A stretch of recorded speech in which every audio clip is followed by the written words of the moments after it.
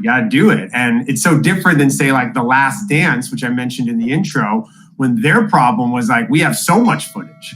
We have all the footage. How do we comb through it, as opposed to you're trying to find that footage?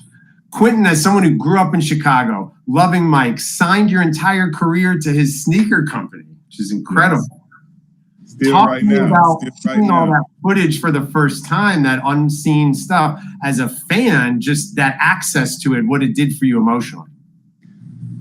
Man, for me, I was blown away. Like I thought I had seen everything that you could see on Mike. I've scoured the internet for every highlight, everything. I didn't think, I'm like, it's just, even before it came out, they were like, oh, this unseen footage. I still was going into it like, man, it'll be a couple new things, but I've seen everything. I literally sat at home and watched WGN and watched everything. So for me to see a lot of those different instances, and the best part for me was to get his insight.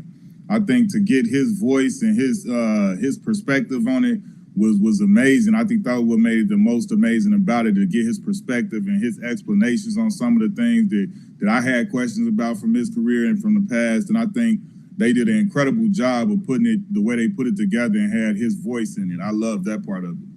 Yeah, Quentin's love for Michael Jordan is kind of, I think of like a Harry Potter fan opening weekend, dressing up in like the whole costume to go to the theater. I feel like you were sitting there on the couch fully dressed up. That was an '85 warm up I had on, and I had the retro ones, the first ones, and I was in character. I was ready to go. I had the Lou Malnati Chicago deep dish pizza. It was a mood over here. It was a vibe. I love it, man. You're such a fan still after all these years.